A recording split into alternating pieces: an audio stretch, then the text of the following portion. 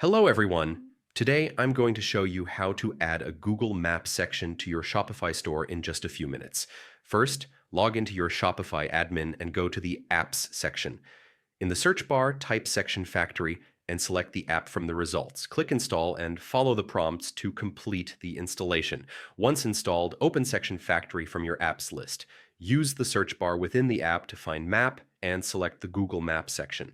There is a small fee of $9 to unlock advanced map features, which is worth it for full functionality. Next, configure the map settings for your store's location. Once everything is set, your Shopify theme will display the Google Maps section, making it easier for customers to find your physical store and enhancing the overall look of your site. And that's it. Your Shopify store now has a professional Google Maps section ready for your visitors. Thanks for watching. Don't forget to like and subscribe for more quick Shopify tips and guides.